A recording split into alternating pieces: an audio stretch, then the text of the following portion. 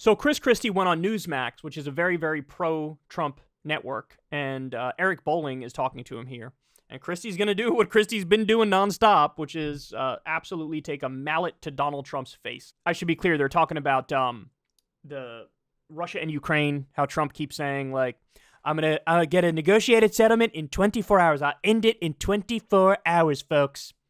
It's an astonishingly ridiculous claim, and he's also contradicted himself in that he said, like, I'll actually give more weapons to Ukraine, way more than Joe Biden.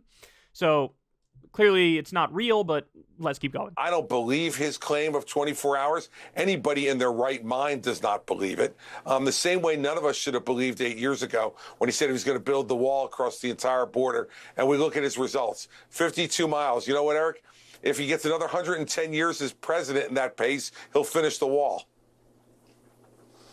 Yeah, some would say, Governor, that there's something that came in towards the end there that kind of stopped production of anything called COVID, or as Trump would call it, the Chinese virus. So no telling whether or not the wall would have been finished or not. Or you can tell me it won't. Another policy Come on, Eric. issue.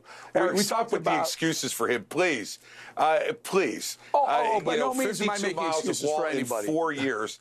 He had 3 years of his presidency before COVID was anywhere near the United States or anywhere else in the world. So that means in 3 years, he got 14 miles of wall done, 15 miles of wall done a year. Congratulations. At that pace, he's going to have over 100 years as president to get it done. So can we stop making excuses for him? He's a big boy now, as much as he complains all the time about how much he's picked on. Can we not have people making excuses for him on that utter failure, especially from someone whose whole career is about being a builder? The wall is not my issue. I am not pro-wall. But I like that he's holding up a mirror to the faces of the Trump supporters and saying, this is what you're signing up for. The thing he said more than anything else on the campaign trail, we're going to build a wall, and Mexico is going to pay for it, folks. They're going to pay. And he's pointing out, you didn't build the wall, and Mexico didn't pay. And it's an attempt from a conservative Republican to say, maybe I am more of a conservative Republican, and he's just a charlatan and a fraud and a con man and doesn't even mean the things he says, even when those things are things I clearly don't agree with. But I like it, and I like how Eric Bolling is, and you can see, look at Eric Bolling's smug face here. You can see he's doing the, like, okay, I'll do the thing where I just, like, play defense for Trump, even though it's totally indefensible from my perspective, but, there was COVID came, and so maybe that's why. And Christie's like, there were 3 years before it came. What was he doing?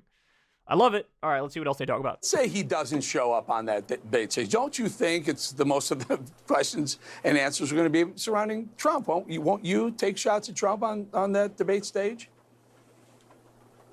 It depends on what gets asked. I'll answer the questions. And there are other folks up there that we can certainly have discussions between us. There'll be, if Donald Trump doesn't show up, I suspect there'll be 7 of us up there. And we'll discuss the issues that the voters of our party care about. And I'm sure his name will come up. All right, so let me point this out. Trump is dodging the debate in the same way that Joe Biden is dodging a debate with Marianne Williamson and RFK. I think it should be a law. I think they should have to debate. I'm okay with having some rules and regulations around the law, like, okay, the candidate, the opponent has to be at least 2% and get X amount of small dollar donors. Like, I think that's fair. But they should be forced to debate. This is supposed to be a constitutional republic and a representative democracy. Don't tell me, like, oh, I can run, but also you're not allowed to test my ideas in a debate format. That's just not acceptable. And so Trump, of course, is doing this absolutely weaselly little bitch-ass move of, like, I'm not going to debate because I'm like 40 or 50 points ahead. And it's a sign of weakness, even though he spins it like it's strength. He did this in, I think it was 2016, too, when he heard that Megyn Kelly was going to be hosting another debate, and Megyn Kelly was tough on him the time before. She's like, I'm not doing it. I'm not going unless she's not there. And all of his people thought that was, like, super macho, when it was the exact opposite.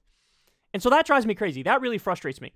So what I think he's going to do is he's going to say, actually, I'd love to do the debate, but I'm against having to sign the loyalty pledge because there's like 5 or 6 candidates I wouldn't support on the Republican side for president. So if you say I can't debate because I didn't sign the loyalty pledge, then I guess you're forcing me not to debate.